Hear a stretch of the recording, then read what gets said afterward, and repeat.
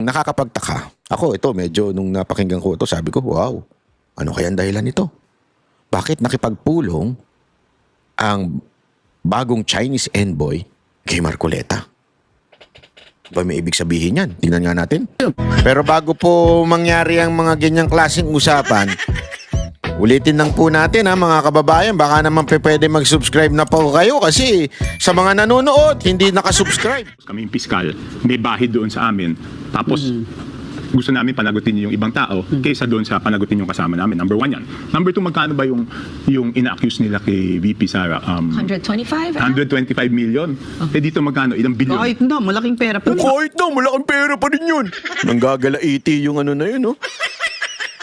Hindi naman yun ang punto ni Tiangco eh. Kahit na, malaking pera pa rin yun. Galit na galit kay VP Sara Duterte. Sino ba yun? Ah, si Ses pala yun. I mean, you compare it. Diba? Ayoko lang nung nagmamalinis. I see your point. Ayoko nung nag-uubos. Bilang I see your point. Ito kasi to, galit na galit to sa ano rin to eh.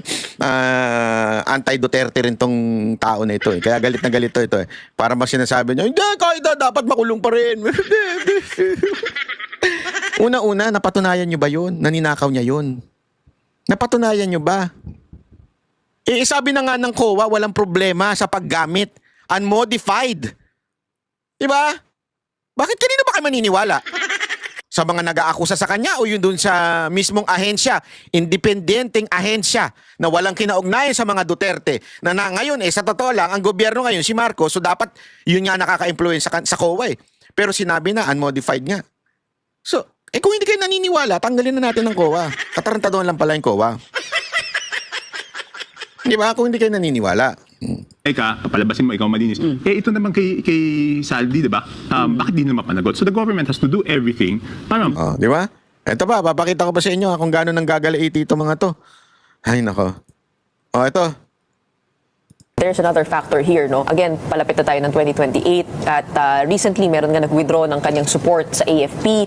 That's Colonel Odi Mongao. Is that an isolated case or are you hearing of more dissatisfaction within the military? Bakit kaya naglakas loob itong si Colonel na sabihin na he is withdrawing support from the President, that the President has no moral ascendancy? Ano kaya nagtulak sa kanya para lumakas ang kanyang loob with this public pronouncement?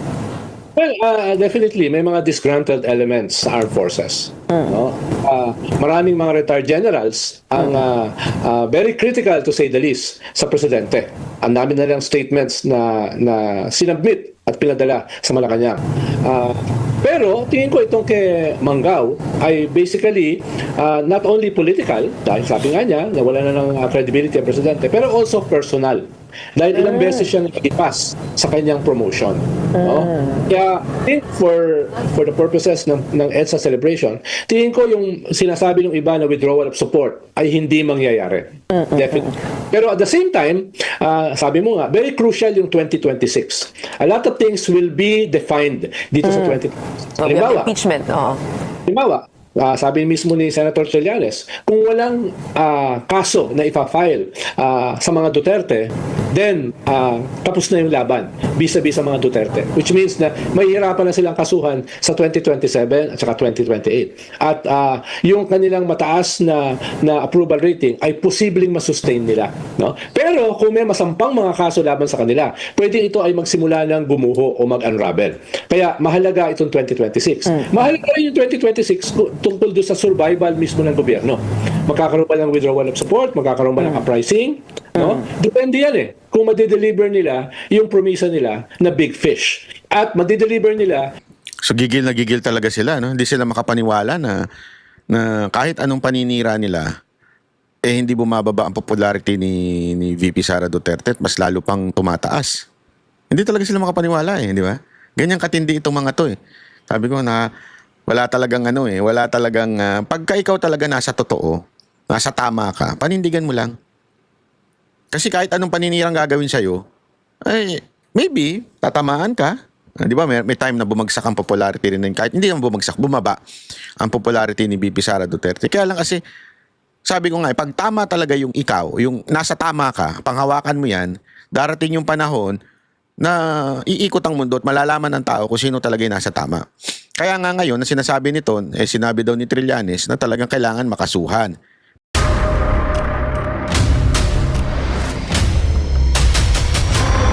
Bago tayo mag-umpisa, baka pwede nyong i-like ang video na to. Malaking bagay ang like sa aming mga content creators. Maraming salamat po.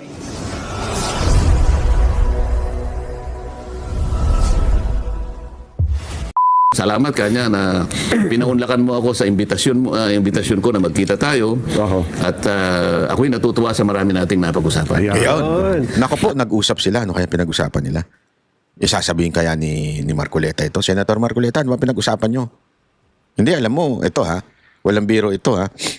Ngayong mga panahon na ito, kahit to sa Africa, yung isang leader doon ay nakipag-usap ang China. China na ang pinaka partner nitong African country na ito, yung ano ba yung ano ba yun? Nakalimutan ko na.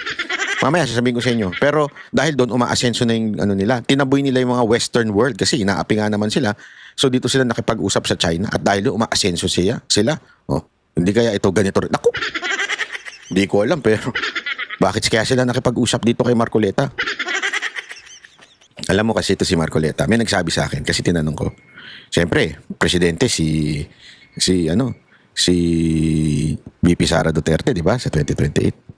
Nagsabi sa akin, alam mo magandang kumandidatong vice president si Marcoleta.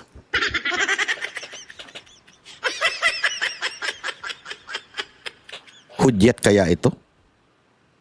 Hudyat kaya ito? Na may sumusuport. Kasi alam mo, ito, whether you like it or not, malaking bagay yan. Yung suporta ng ibang bansa sa isang magiging leader. Di ba? I mean, sa lahat-lahat naman. Sa dami-dami namang i-invite ng Chinese ambassador. Bakit si Marcoleta? Naku po. At isa nga sa gusto ko sanang makadaupang palad ay yung Secretary Gibo. Kanya pa eh. Kaya yung pagkakasulat niya, Gibo pa eh. Gibo talaga, no? Oo. Sana isang araw makapagkape tayong tatlo. Yan, Pag nagkita kami ni Secretary Gibo, pakikita ko sa kanya. Yun, tama, Para wala naman siyang masabi. Nakala niya gawa-gawa ko. Pakikita ko yung text message. Ayun na nga. Di ba? Tama po. So tama. nakikita mo talaga siya. Gusto niya talaga na magkaroon talaga ng pag-uusap sa lahat ang dapat kausapin. Naitanong niyo ba, Sen, kay... So baka mamaya sasabihin ng mga nakikinig naman, si pro-China na naman. Alam po ninyo, kayo pong lahat na nag-iisip ng ganyan. Sana makita ninyo ang katwiran na kaya ko lamang po ginagawa ito. Ang tinitingnan ko po. Yung palang bansa, yung Burkina Faso, sa Africa na nakikipagtulungan na sa China. At ang kanilang presidente ayaw sa western countries na si pangalan nito si Traore. Hindi Tore kapangalan lang niya. Medyo kapatunog lang sa kanya. Ang kanyang presidente na ngayon ay nag-take over after nung nagkaroon ng coup sa kanila. At yun ay ang ganda ng pamamahala, tuloy-tuloy. At ngayon talaga namang nakikipagtulungan sa China. Kasi sa China, walang problema. Hindi kami makikialam sa inyo. Basta kami lang gawa yung trend. Kami gawa yung trend. Kayo bayad. Kasi kami negosyante. Kayo gawa. Bahala kayo sa plano nyo. Kami negosyante lang. Ganon sila eh. Ganon ang China eh. Tuloy natin. Bakit kaya may mga ganitong eksena? Yung interes ng ating bansa. Actually, itatanong ko sana Sa maniwala kayo o hindi. Bago sa tayo lumipat ng paksa, yun ang sana sabihin ko, pasubali doon sa ating mga Hindi ako, kabayan. unahan na kita. Nababasa ko yung isip mo eh. Baka kasi muna ikat na naman ito. Ikat. At pagkatapos, nakita nyo na yung tatlo yan. Pero sa palagay ko, wala na masyadong maniniwala sa mga yan. Ayaw. Lang kasi akala. Tama ka dyan, Senator Marcoleta. Wala na maniniwala sa mga pinglawan-dilawan. At saka higit sa lahat, yung mga tuta ng Amerika na mga nasa gobyerno. Bakit? Kinakailangan ba nating makipag-away? Yan. Ang sabi nga niya, alam mo, I do not believe that negotiations should be a zero-sum game. Tama naman eh. Lahat, wala dapat nawawalan. Dapat lahat nakikinabang. Yun ang balanse na pakikipag-usap. Yun palang zero-sum game ang ibig sabihin. Hindi man naitanong, Sen, bakit kayo ang gusto... Sa lahat ng mga mababatas. Lahat ng senador. Pero namang Senate Committee on Foreign Affairs. Ikaw naman, ba't mo naman itatanong ka naman yan? Baka naman isip-isipin, itong taong ito, inibita ko na nga eh. Tinatanong mo pa. Tinatanong mo ba't hindi ko pa inimbita yung iba? Huwag naman yung ganun ka. Di sa inyo na namin tinanong. Sa tingin nyo, bakit kaya kayong napili na makausap, Sen? Abay, malay ko. Isang araw, imbitahan natin yung ambassador ng China. Opo, bakit? Sa Malay mo dami-dami naman, na baka naman inimbita rin. Sa listahan mo, wala pa. Wala pa eh. Wala pa eh. Oo, kaya nga, Wala pang lawmakers, ano? Wala 1 pang... month pa lang naman siya eh. Opo, opo. Malay mo naman, sa susunod na mga buwan, maisip naman niyang... Ang speaker naman siguro. hulaan ko na Sen kung bakit kayo ang inimitahan. Kasi magaling siyang mag-research eh. Nalaman na magkakababayan kayo ni Secretary Yubo na nais na Hindi, actually, yan nga yung matinding katanungan. Bakit nga ba nakipag-meeting talaga? Alam mo, tandaan ninyo, siyempre, hindi naman nila sasabihin ng totoo. Sa tingin ninyo, mga politiko na yan, sasabihin nila yung totoo, ba't nakipag-meeting? Hindi, I don't think so. Kanila na lang yan. Pero ang tanong dyan, bakit kaya talaga nakipag-meeting itong China kay Marcoleta? Tandaan ninyo, palapit na ng palapit ang 2028. Ako, ito lang nga sa akin, palapit na ng palapit ang 2028. Nakikita naman natin ang diskarte ng ibang galawan ng mga ibang mga foreign leaders pagdating sa mga panahon ng mag-i-election na. Kanya-kanya na rin silang suporta kung sino ba ang makakatulong para sa kanila. Tandaan niyo, lahat naman po yan ay para sa kanila. Kung makipag-usap man ng Amerika, gusto nila para sa kanila. Kung makipag-usap man ng China, abay gusto nila para sa kanila. Yan naman talagang concern nila eh. Di ba? It's always their people, their country. Yan ang kanilang priority. Which is, there's nothing wrong with that. Kaya lang, tayo mga Pilipino, ang merong maling pananaw tungkol dyan. Kasi kesa na sana isipin natin kung ano yung mapapala natin, di ba? Ang iniisip natin, iba. Hindi ko nga maintindihan bakit ganun eh. Kung ano pa yung ibang bansa marunong mag-isip para sa kanilang sarili, yung bansa natin hindi marunong mag-isip kung para kanino. Yung ating mga nasa oposisyon, nasa gobyerno. Ang iniisip, anong kapakinabangan ng Amerika? Siguro, baka nag-isip lang yan na kapakinabangan nila pagdating sa nakawan.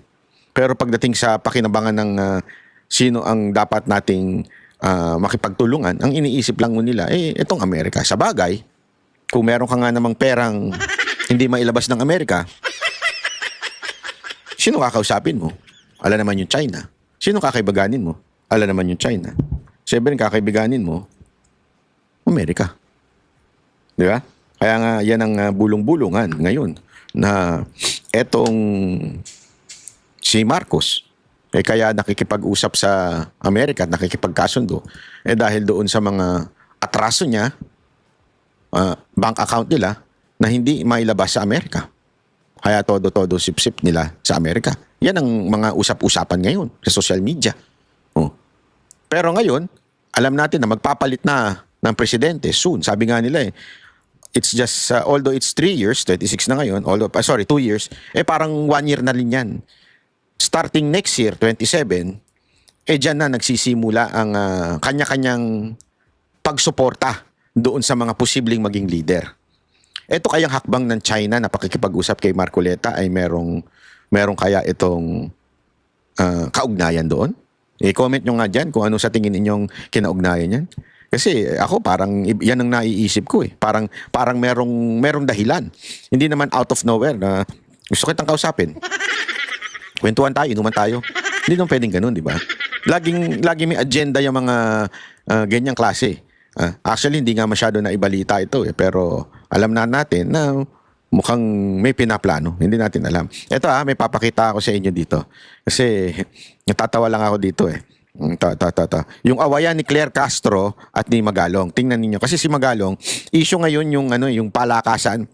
Alam nyo, ito, naging karanasan ko din ito sa mga humihingi ng tulong. Kasi siyempre, sinasabi, nababanggit ko at nakikita nila siguro sa mga picture na nakakapictura natin ng ilang mga opisyal ng gobyerno.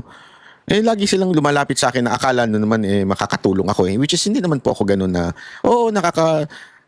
kausap ko minsan, nakakapicture ko yung mga politiko, pero hindi po ako kasi yung bida-bida, epal-epal na tulad ng ibang mga vlogger dyan.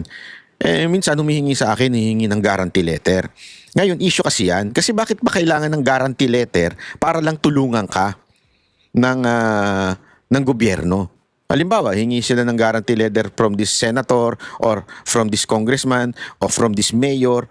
Tapos dadalhin mo ngayon sa DOH hospital o sa mga public hospital para yung guarantee letter na yun, palabasin ka na o payagang parang yun na yung bayad mo muna at babayaran na lang nung politiko kung sino man yun. Bakit may ganun? Bakit hindi na lang ibigay ng diretsyo Yun ang hindi ko magets eh.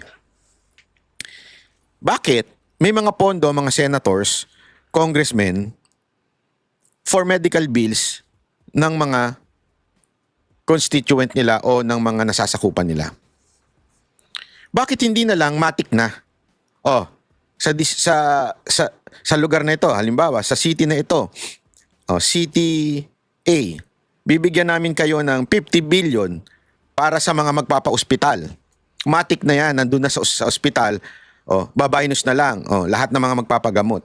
Bakit kailangan mo pang lumapit doon sa mayor, congressman, na magbibigay ng letter? O sige, yung letter kasi na yun, parang guarantee letter na yung pondo ng congressman o pondo ng mayor o pondo ng senator, doon kukunin yung pambayad.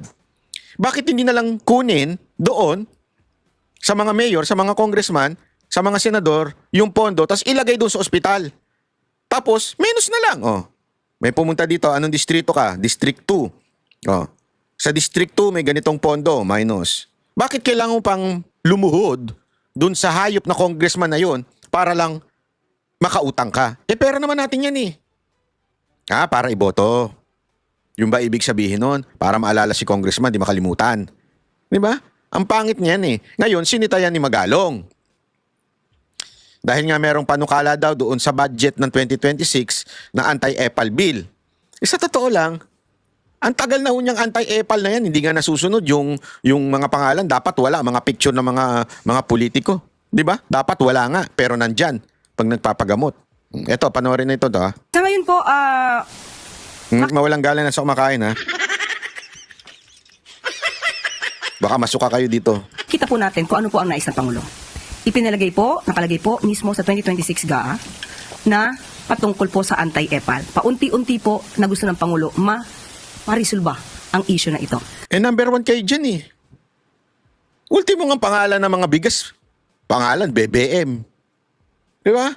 Kaliwat kanan ang pamimigay ni Marcos. Nandun mukha niya, pati si First Lady nakingielam. Kayo ang EPAL. Dapat hindi nyo nilagyan ng anti-EPAL bill. Dapat nilagyan nyo anti-Marcos bill. Di ba? O anti-Romualdez bill. Isa pang EPAL yan. Napakatinding kaepala nun. So kung yan po ang nakikita ng mga department heads na dapat ay mas mabilis, tignan po natin kung kailan po nila magagawa ang kanilang mga guidelines. Tinanong ko po kanina yan kay Sec. John Vic at saka kay Secretary Toledo.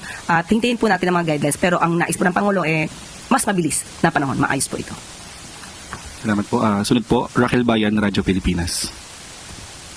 Good morning po, Yusek. Reaction lang po from Malacanang with regards pa rin po sa guarantee letters according to Baguio City Mayor Benjamin Magalong. Mahalaga daw po na maitama yung statement ng Department of Health na hindi naman daw po kailangan ng guarantee letters doon sa mga ospital na pinatatakbo nag-operate under DOH. But sa Baguio City alone, according to the Mayor, katuwang doon ng mga pasyente na nangangailangan ng pambayad ng ospital yung guarantee letters and kailangan daw pong ilahad yung tunay na sitwasyon on ground. Your thoughts, Yusek? Actually, nadinig ko po yan maliban po sa statement na natin nabasa. Nadinig ko po ang kanyang interview. Ang sinabi po niya ay sinungaling si Secretary Ted Herbosa sa pagsasalita na hindi naman po nagre-rely ang DOH hospitals especially with regard to basic accommodations sa guarantee letters. So bago po siguro... So sinungaling. Yan ang sabi ni Magalong dahil daw doon sa... Sabi ni Herbosa, yung sekretary ng DOH, na sinasabing hindi naman daw nagre-rely ang mga ospital sa guaranteed letters. Alam mo, isang katarantaduhan yan. Hindi totoo talaga yan eh. Sinungaling talaga eh. Ang dami kong experience na ganyan. Hindi makakalabas, hindi makakano, kailangan talaga ng guarantee letter, hihingi yung hospital para mabayaran yung bill mo. 'Di ba?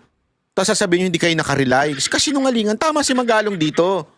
Alam mo, pag si Magalong naman may mali, pinupuna natin eh. Pero tama si Magalong sa pagsasabing sinungaling talaga itong sekretary ng DOH na sabing hindi kailangan. Kalokohan. Magsalita ang isang tao na sinungaling, kailangan muna nilang humarap sa salamin at tanungin nila sa sarili nila. Sino ba talaga ang sinungaling?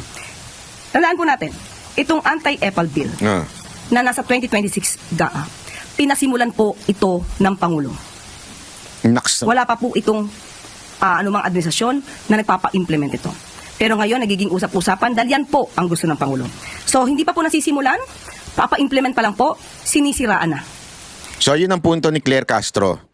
Sabi niya, hindi pa nga nagsisimula kasi parang kasisimula pa lang nitong anti-EPAL bill. Nasabi niya siya lang daw, si Marcos lang daw. Parang ICI din yan eh. Ano yung sa ICI? na parang anti-corruption si Marcos, di ba? ICI, gumawa. Pero wala namang power yung ICI. So, ibig sabihin, bullshit lang, kalokohan, katarantaduhan lang yung sinasabi ninyo. Walang saysay po yung ganyang statement. Kasi until talagang maramdaman ng taong bayan yung hindi na kailangan ng guarantee letter para mabayaran yung kanilang hospital bill. Lahat yan, para lang sa optics, para lang sa panglabas. Hindi talaga para totoo. Isa na namang propaganda lang ng Malacanang. Una-una po, yung guarantee letter, 2026 pa lang po ito ipapa-implement. So dapat malaman po mismo ni Mayor Magalong yung timeline. Dahil kung nakaraan po ay may mga guarantee letters, kaya nga po siguro sandamakmak yung mga guarantee letters na in-issue ng Baguio City. Kung sa tingin po niya to ay pang-epal, bakit kaya ang dami rin niyang guarantee letters? Ang labo ng logic niya, no? Ang labo ng logic niya. Kung sa tingin niya epal, bakit daw maraming guarantee letter ang Baguio City? Kasi nga ma'am, kailangan ng guarantee letter para mabayaran at palabasin yung pasyente. Wala tayong magagawa, ganun talaga. Tapos sasabihin parang sinasabi nito, pinupunan niya, pero ginagawa naman nila. Naturalmente, kasi kailangan, pinupunan niya nga ngayon, kasi nga sinasabi ni Magalong, hanggang ngayon may ganyang pangkalakaran. Pero wala kami magagawa kasi kailangan para lumabas yung pasyente. Kailangan talaga namin mag-issue ng guarantee letter. Yun nga yung problema ngayon. Tapos sasabihin ni Secretary Herbosa na walang ganyan, na hindi kami nakadepende sa guarantee letter. Pwede naman kahit wala. Kalokohan. Yan yung sinasabi ni Magalong na kasinungalingan. Ito si Claire Castro, utak nasa talampakan Gamitin mo minsan, ma'am, yung utak mo. Wag mo nang iwan sa talampakan mo. Nakasiksik sa sapatos mo Di ba? Yun yung sinasabi. Sinasabi natin na wag naman ganyan. Alam mo, Miss Yusek Claire, yung utak mo talaga, hindi ko alam paano naging abogado Natural talaga mag-i-issue ng guarantee letters ang bawat LGU kasi kakailanganin nga Tanggalin nyo yan. Ako ito, challenge ko Tanggalin nyo yan, ilipat nyo yung budget doon na mismo sa ospital. Diba? Huwag na nanggagaling sa LGU, huwag na nanggagaling sa mga congressman, doon na mismo sa ospital. Go tayo dyan. Ang mga guarantee letters po ay hindi naman po talaga sana maggamit ng mga politiko. Inamin ni Mayor Magalong na ang guarantee letters ay ini-issue ng Baguio City, pero ang pondo ay galing sa mga senador. Sino po kayang senador ang tumutulong sa kanila? Ito po kaya yung kanyang mga na-endorso ng eleksyon. Ibig po rin po sabihin ang pagtulong ng mga senador dahil sa pondo na ito ay pang-epal lamang.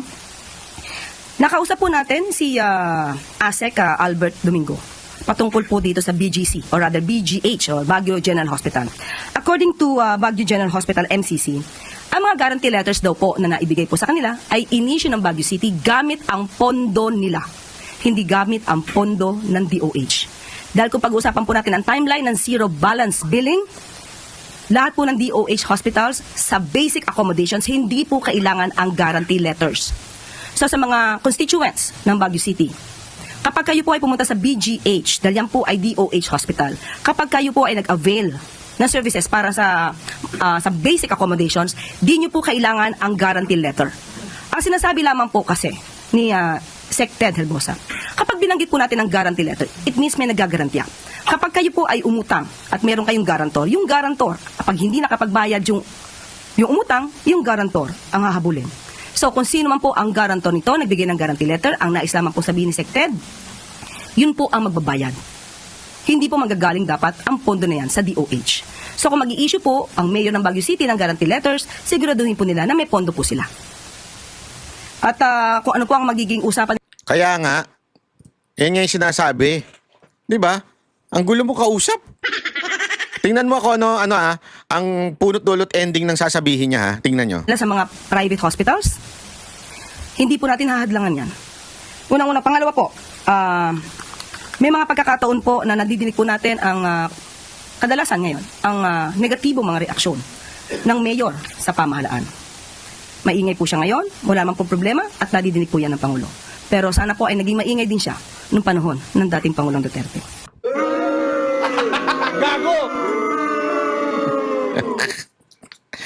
Ano kaya ang ano nito? Obsession nito sa mga Duterte.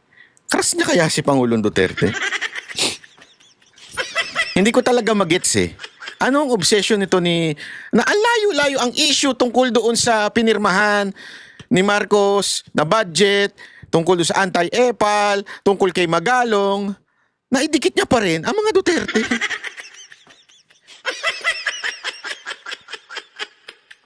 Hindi ko talaga magets eh. Anong level ang utak meron ito? Bakit ganun ang obsession niya sa mga Duterte?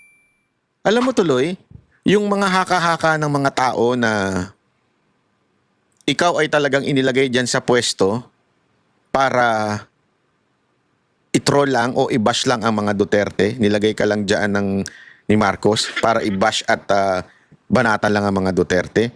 Yan tuloy nagiging totoo sa tingin ng mata ng tao. Kasi nga, ganun ang ginagawa mo.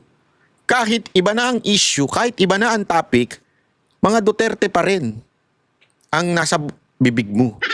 Anong meron ka? Bakit ka ganun? Ha? Hindi ko magets eh. Sa totoo lang ha.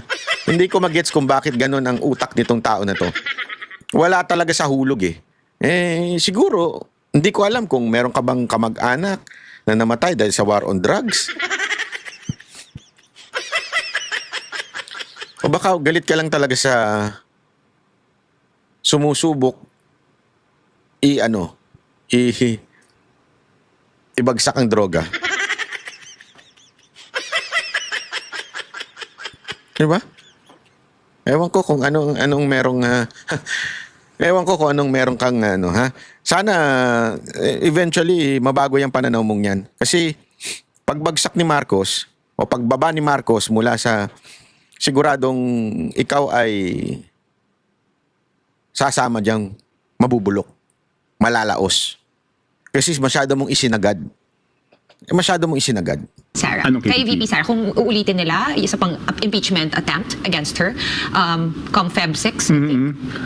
Okay, I'll be very honest dito sa stand ko dito. No? If come Feb 6, wala pang big fish, ibig sabihin at least si Saldi ko hindi pa na ibabalik dito.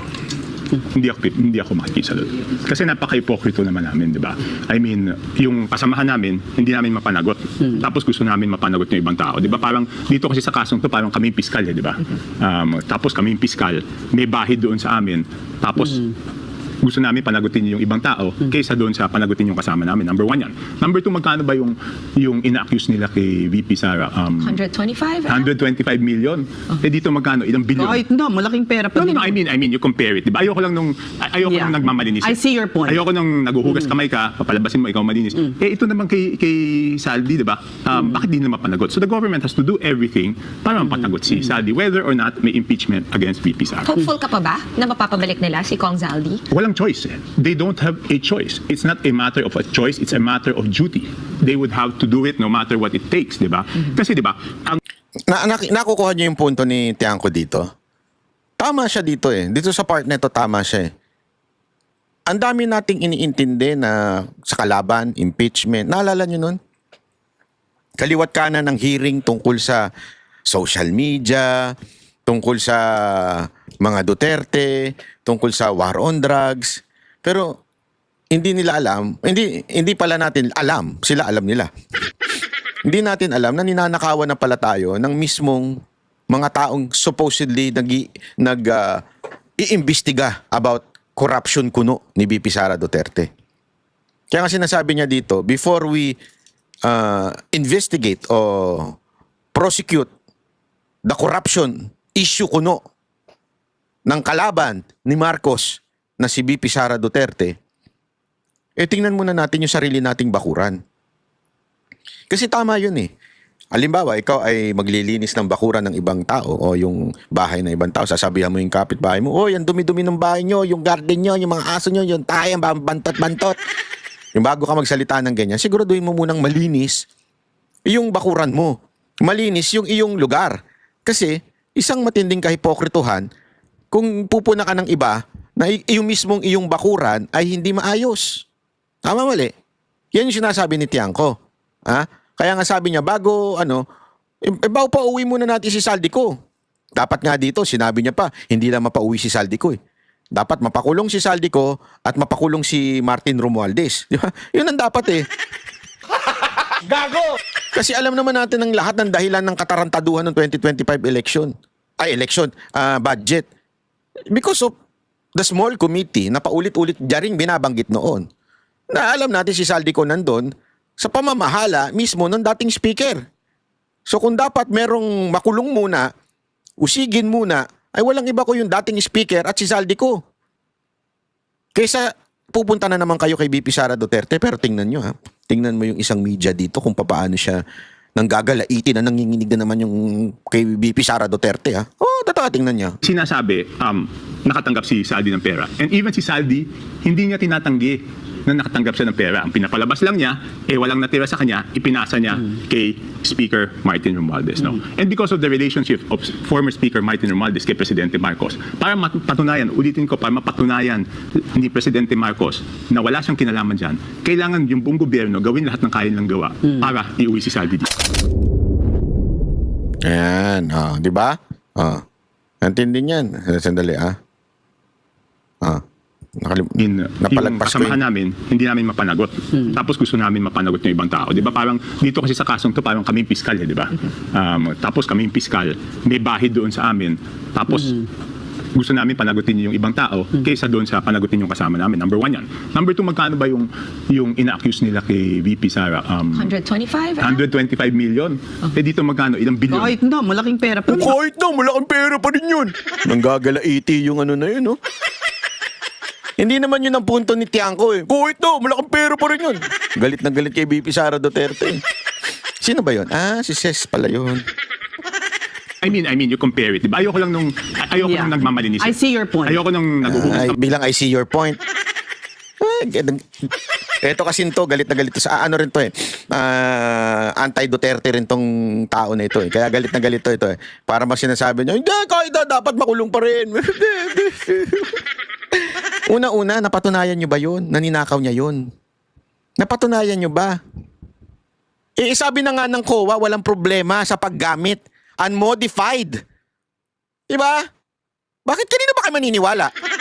Sa mga nag-aakusa sa kanya o yun dun sa mismong ahensya, independenteng ahensya na walang kinaugnayan sa mga Duterte na ngayon sa totoo lang, ang gobyerno ngayon si Marcos, so dapat yun nga nakaka-influence sa COA eh. Pero sinabi na unmodified nga. So, kung hindi kayo naniniwala, tanggalin na natin ng COA. Katarantaduhan lang pala yung COA. Di ba? Kung hindi kayo naniniwala. Papalabasin mo, ikaw malinis. Ito naman kay Saldi, di ba? Bakit di na mapanagot? So the government has to do everything para... di ba? Ito ba, papakita ko pa sa inyo kung gaano nang gagalaiti itong mga to. Ay, nako. Ito. There's another factor here, no? Again, palapit na tayo ng 2028 at recently meron nga nag-withdraw ng kanyang support sa AFP. That's Colonel Odi Mongao. Is that an isolated case or are you hearing of more dissatisfaction within the military? Bakit kaya naglakas loob itong si Colonel na sabihin na he is withdrawing support from the President, that the President has no moral ascendancy? Ano kaya yung nagtulak sa kanya para lumakas ang kanyang loob with this public pronouncement? Well, definitely may mga disgruntled elements sa armed forces. No? Maraming mga retired generals ang very critical to say the least sa presidente. Ang dami na lang statements na sinubmit at pinadala sa Malacanang. Pero tingin ko itong kay Mongao ay basically not only political, dahil sabi nga niya na wala na ng credibility ang presidente, pero also personal. Dahil ilang beses siyang ipas sa kanyang promotion. No? Kaya I think for the purposes ng EDSA celebration, tingin ko yung sinasabi ng iba na withdrawal of support ay hindi mangyayari. Definitely. Pero at the same time, sabi mo nga, very crucial yung 2026. A lot of things will be defined dito sa 2026. Halimbawa, impeachment. Halimbawa, sabi mismo ni Senator Trillanes, kung walang kaso na ipa-file sa mga Duterte, then tapos na yung laban vis-a-vis sa mga Duterte. Which means na mahihirapan na silang kasuhan sa 2027 at saka 2028. At yung kanilang mataas na approval rating ay posibleng masustain nila. No? Pero kung may masampang mga kaso laban sa kanila, pwede ito ay magsimula ng gumuho o mag-unravel. Kaya mahalaga itong 2026. Mahalaga rin yung 2026 tungkol doon sa survival mismo ng gobyerno. Magkakaroon ba ng withdrawal of support? Magkakaroon ba ng uprising? No? Depende yan eh. Kung madideliver nila yung promisa nila na big fish. At madideliver nila.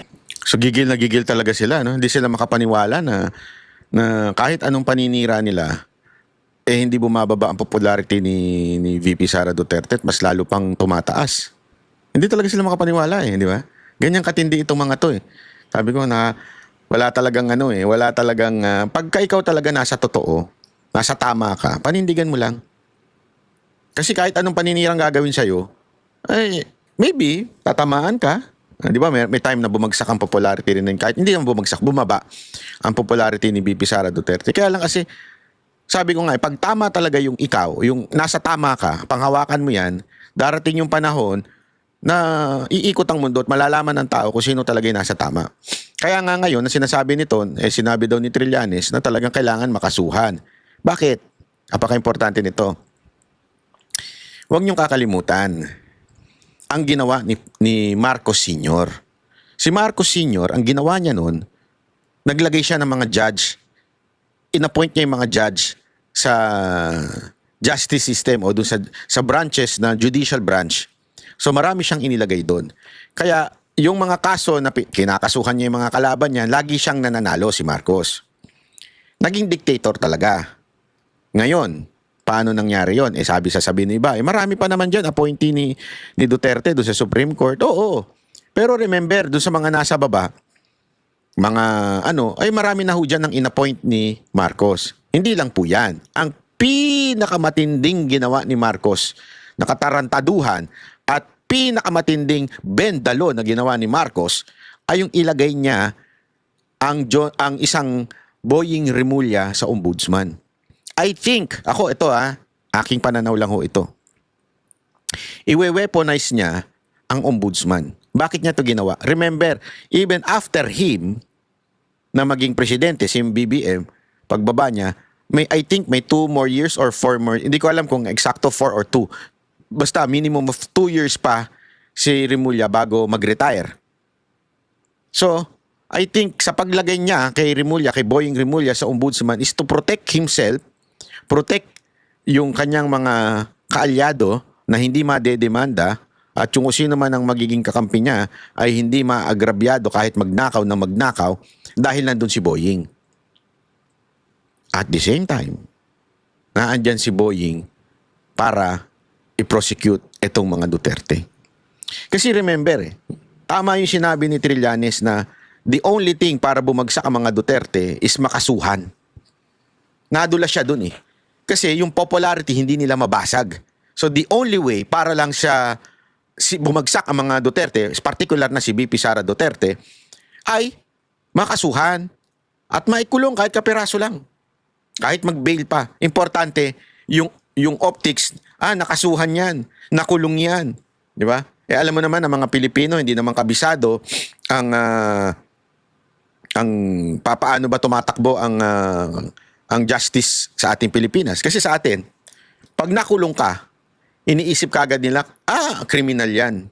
Hindi nila iniisip na yung pagkulong na yon is getting the custody of that person, nagkataon lang on that law, o on that particular accusation, walang bail. Kaya nakakulong. But it doesn't mean that person is a criminal. Kaya nga ang tawag dyan is person deprived of liberty, PDL, di ba? Ibig sabihin, hindi lang sila pinalaya dahil kinuha sila ng custody ng korte. Kaya nga lahat ng gagawin yan, ipinapaalam sa court kasi nasa custody na ng korte yan. At PDL pa lang ang tawag niyan. Ang malungkot kasi sa atin, pag PDL ka, pag pinasuot ka na, pag pinahawak ka na ng ganun, sasabihin na kagad, guilty ka. Hindi yung katulad ni Franz Castro na talagang convicted. Okay, linawin natin Yung katulad ni Franz Castro, convicted talaga yun. So, wag tayo magpaikot-ikot.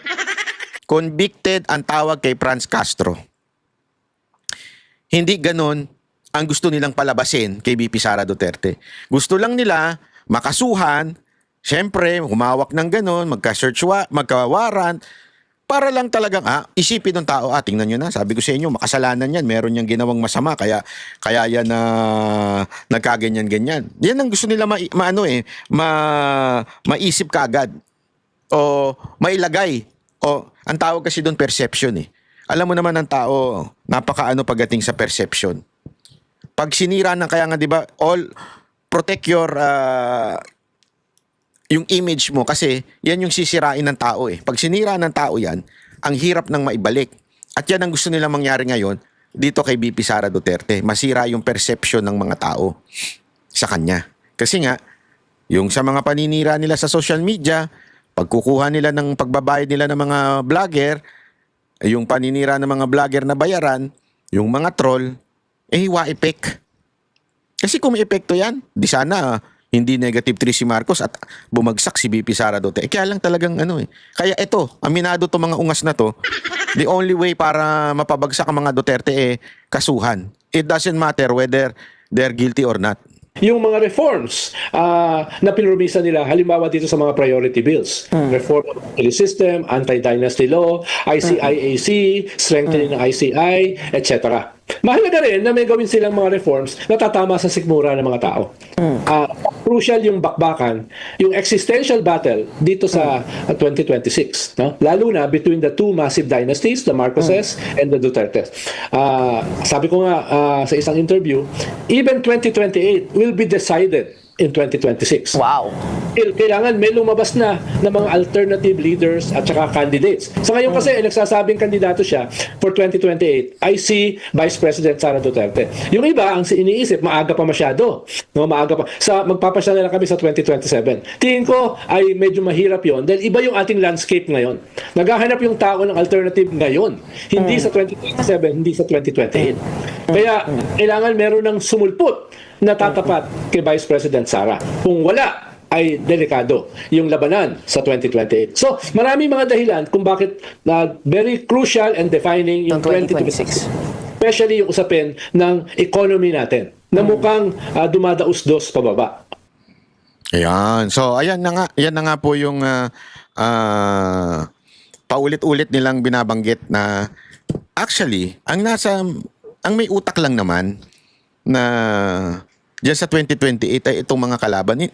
Na ano kasi sila para bang na-shock sila, natataranta na sila kung paano pabagsakin si VP Sara Duterte.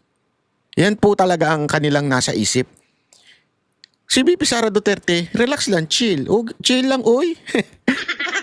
Chill lang si VP Sara Duterte. Wala silang ginagawang hakbang laban sa gobyerno na ito.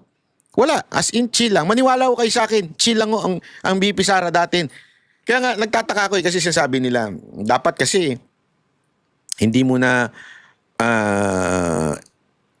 parang sinasabi, natatakbo siya sa 2020 kasi sisiraan siya, ganyan-ganyan, di ba? Alam nyo mga kababayan, hindi naman po siya nagsasalita. Tayo lang mga supporter, ang nagpipilit sa kanya, it is because sobrang nabudol tayo ng presidente na binoto ninyo, pero okay lang, sige, nabudol na tayong lahat. Yun ang totoo, nabudol ang mga Pilipino, kaya ngayon naghahanap sila ng talagang gusto nilang tumakbo si VP Sara Duterte. And because of that, kaliwat kanan ang bira ngayon ng kalaban. Ngayon, after 4 years na dire-diretso ang bira, walang nangyari sa pagbira nila. At umangat palalo si VP Sara Duterte at bumagsak yung bumibira. Kaya ngayon, natataranta sila, ano nang gagawin natin? Hindi effective yung paninira natin. Kahit anong bayad natin sa mga bayarang media, sa mga bayarang anchor, kahit araw-araw nilang binabatikos ang VP Sara Duterte, walang nangyayari. Hindi swak yung pambabatikos. Paano na to? Ano nang gagawin natin? Yan ang nangyayari sa kanila. Tarantan-taranta sa kanila. Di ba? Yan ang totoo sabi ko sa inyo, alam mo, kung sana seryoso lang si Marcos na sawatain etong korupsyon at ipinakulong niya yung pinsan niya, baka tumaas pa yung ratings niya. Oh, ito walang biro ito ha. Sabi ko sa inyo, gusto mong tumaas ang ratings mo, BBM? Ipakulong mo pinsan mo? Ipakulong mo si Saldico? Ipakulong mo na rin yung anak mo. Gago! Totoo. Sigurado ko tataas yan. Maniniwala na sa'yo ngayon ang tao, ay, talagang anti-corruption na pala siya. Bakit yung anak niya? Tandaan ninyo yung anak niya, di ba? Marami ring tinanong pa nga ng ICI, saan mo ginamit yung mga allocation mo? ICI po nagtanong niya na hindi niya sinagot. Ay sinagot niya, ewan ko kung sinagot niya ba o hindi niya sinagot. Basta tinanong ng ICI yan. Di ba? Yung nag-resign na ICI commissioner, tinanong yun. So ibig sabihin, matindi rin ang allocation ng anak niya. So kung talagang galit ka sa corruption, ipakulong mo si Romualdez, ang pinuno ng Kamara noong nagkaroon ng most corrupt budget at punong-puno ng alokasyon at ghost flood control. Ipakulong mo si Saldico na siya ang chairman ng appropriation. Pag yan nagawa mo, pati na yung anak mo, sigurado ako tataas yung trust rating mo. Malamang, seryosohin ka na ng tao. Ngayon kasi pinagtatawanan ka lang BBM eh. Kaya totoo, pinagtatawa lang naman si BBM eh. Sa yung pagiging anti-corruption niya, natatawa lang ang tao sa kanya. Pero kung gagawin niya to, malamang sa malamang, maayos ang mangyayari. Ama naming Diyos na makapangyarihan sa lahat, salamat po sa iyong pagmamahal na hindi nagmamaliw. Sa gitna ng kaguluhan sa aming bansa, turuan niyo po kaming magtiwala sa iyong hustisya at hindi sa hustisya ng tao. Linisin niyo po ang aming mga puso at ituro niyo po ang tamang daan ng katotohanan at pag-ibig. Tulungan niyo po kaming maging ilaw sa gitna ng dilim at ipakita sa mundo na may pag-asa pa sa pangalan ng aming Panginoon Hesus. Salamat po sa pag-ibig po ninyo at salamat sa pagdinig ng aming mga panalangin at iligtas niyo po kami. Sa pangalawa po ninyong pagparito at patawarin po kami sa lahat ng aming mga pagkukulang at pagkakasala sapagkat ito po ang aming samutiling sa matamis na pangalan ng aming Panginoon Hesus. Amen. Sa lumang silid, mag-isa kang tahimik. Walang kamera, palakpak ay wala na. Ngunit sa bawat pader ng bayang iniwan mo, may pangalan mong di na mabubura.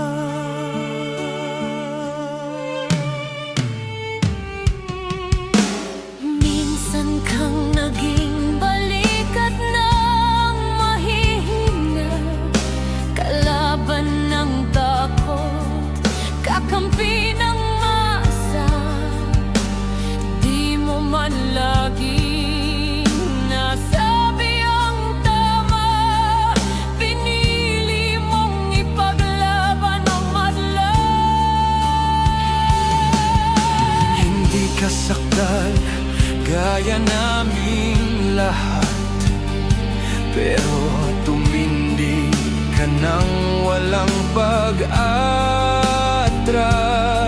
At ngayong pagod ka na, tatay, kami naman ang sasalo ng bawat bigat.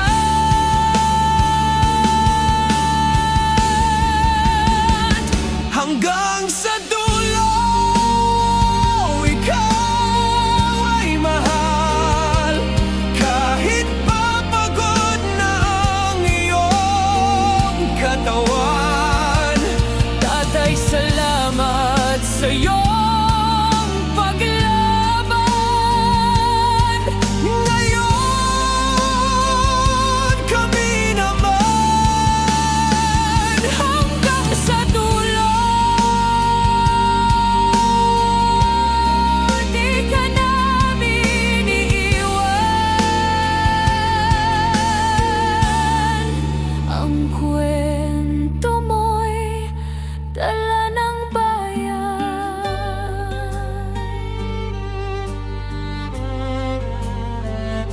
Tahimik ka na sa mga batikos, wala nang tugon, wala nang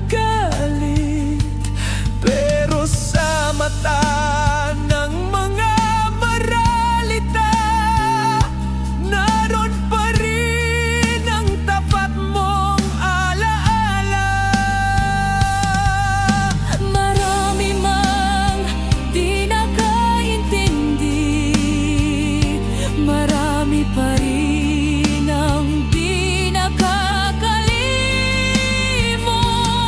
At ngayong wala ka ng kapangyarihan, tatay, ang magtatanggol sa'yo ay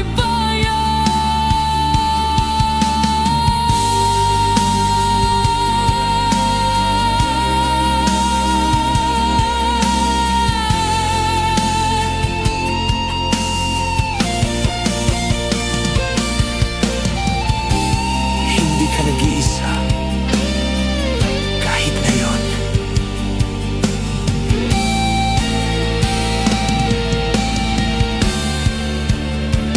hanggang sa dulo, tangan ka pa rin sa puso ng batang minsan mong pinakain. Hanggang sa dulo, di ka nag-iisa. Ang dasal ng bayan ay sa'yo pa rin. Katay kami naman ang lalaban sa ngalan mo, sa alaala mo. Hanggang sa dulo, dalangin ka ng puso ng masa.